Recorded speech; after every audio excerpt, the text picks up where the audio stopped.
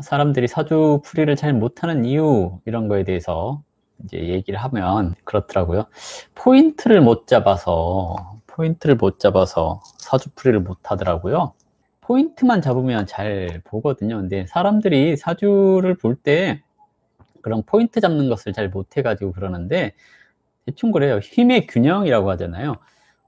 사주를 보는 관점이 이제 여러 가지가 있는데, 원령이라고 하는 것을 중심으로 하는 격 논리가 있고, 일간이라는 것을 중심으로 하는 억부 논리가 있어요. 근데 이 두 가지의 논리는 굉장히 어떻게 보면 단순한데도 그걸 가지고 고민하는 경우들이 많더라고요. 예, 장민영님 안녕하세요. 반갑습니다.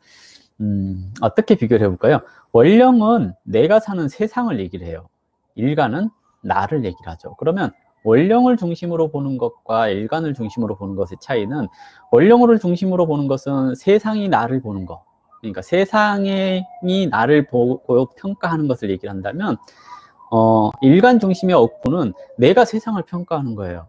어떤 의미냐면, 나는 눈이 두 개죠. 근데 눈이 하나인 세상으로 내가 갔어요. 그러면 내가 뭐라 그래요?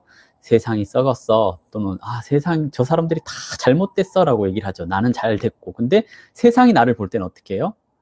눈이 하나밖에 없으니까 쟤 이상해 라고 얘기를 하죠. 이게 억부와 격의 차이예요. 그러면 세상이 요구하는 걸 하고 내가 살아갔을 때 세상 사람들이 나한테 뭐라 그래요? 저놈 참 잘 살아. 그죠? 근데 내가 세상한테 이거 해놔라 저거 해놔라 라고 지시를 하면 세상이 따라줄까요? 안 따라주죠. 야, 왜 너네들 눈이 하나야? 하나씩 더 달아지나요? 안 달아지죠?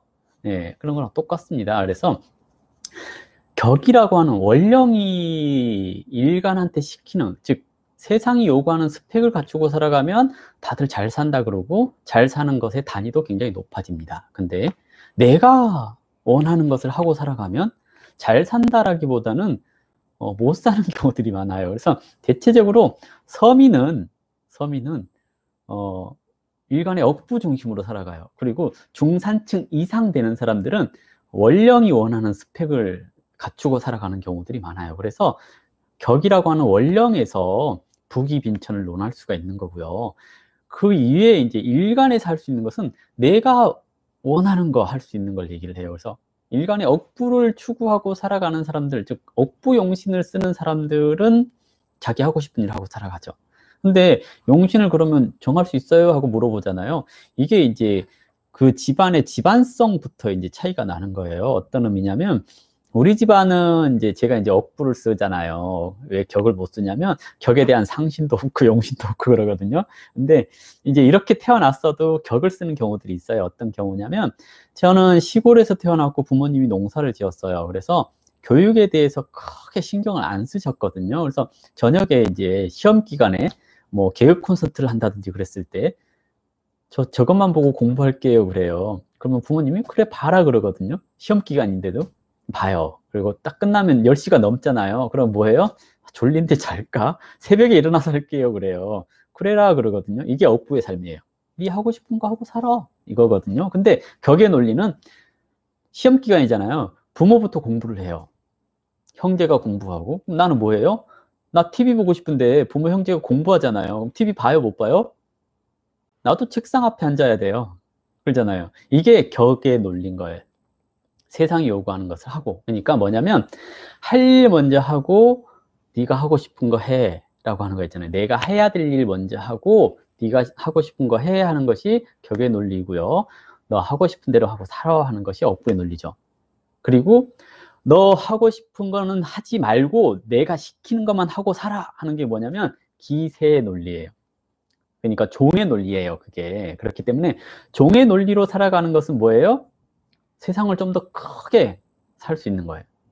근데 이제 격의 논리로 살아가면 이제 세상이 요구하는 거 하고 내가 하고 싶은 걸 그 다음으로 하는 거. 그리고 억부의 논리로 하는 것은 내가 하고 싶은 거 먼저 해놓고 세상이 요구하는 것 나중에 해야지 하는 것이 억부의 논리거든요. 이제 이것이 이제 저는 뭐라 그러냐면, 종의 논리는 검문세족의 논리이고요. 이 격의 논리는 가문의 논리예요. 그리고 억부의 논리는 이 가정의 논리죠. 그리고 그 다음에 이제 뭐냐면 간혹이라고 하죠. 또는 신살로만 보는 그런 경우 뭐라 그러냐면 가정 또는 가족의 논리가 아니고 가족 같은 집. 아니, 요거 아니에요. 가족 같은. 네. 이런 식으로 해서 이제 구분을 하거든요. 근데 그 기세하고 이렇게 가종하고는 한 끗 차이예요. 내 집안에 돈이 많은가 또는 인맥이 좋은가 이런 거에 따라서 달라지고요. 내가 독한가 여기에 따라 달라져요. 그러니까 아주 가난한 집에서 태어났지만 크게 성공하는 경우들이 있잖아요. 이거 굉장히 독한 놈.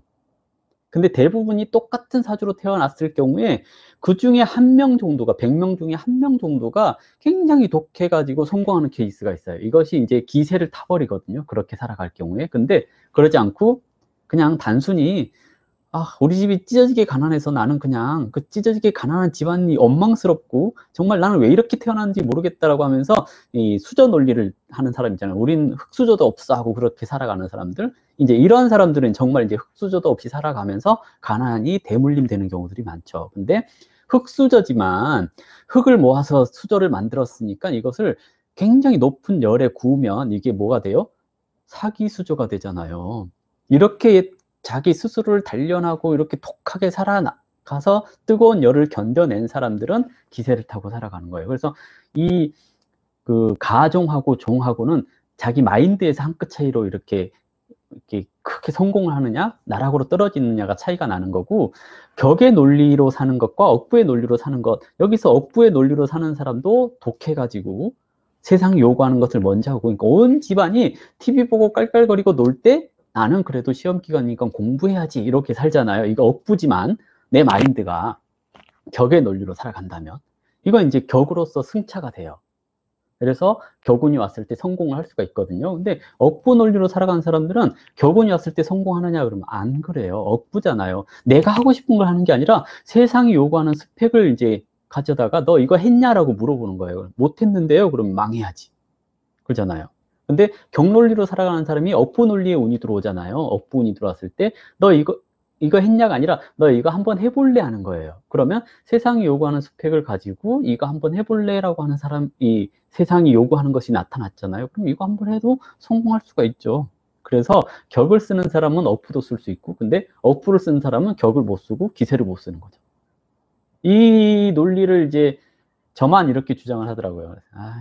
이렇게 보면 되는데 왜 이렇게 안 보지? 라고 생각을 하는데, 사주 볼 때 이제 이런 기준을 가지고 사주를 보잖아요. 그럼 이제 사주를 보는 시야가 좀 넓어지게 되는 거죠. 돈의 단위도, 그래서 종은 몇 천억 대를 번다면 격은 100억 대를 보는 거고, 억부는 10억 대를 보는 거죠. 그리고 그 이하에 떨어져 있는 이제 가종이라든지 이런 것들은 이제 억 단위로 못 보는 거죠. 왜? 그냥 그날이고 정말 이렇게 좋은 날도 없고 나쁜 날도 없고 그런 경우들이 많죠. 이런 식으로 이제 사주를 보는 거예요. 그래서 월령을 기준으로 봐라. 월령을. 세상이 요구하는 것을 볼 거냐, 내가 요구하는 걸 볼 거냐, 그 차이잖아요. 그래서 이런 것들 좀 잘 알면 되지 않을까 싶습니다. 질문들이 없어가지고 이제 쓸데없는 얘기를 했는데요. 자, 쭉 이제 한번 읽어볼게요.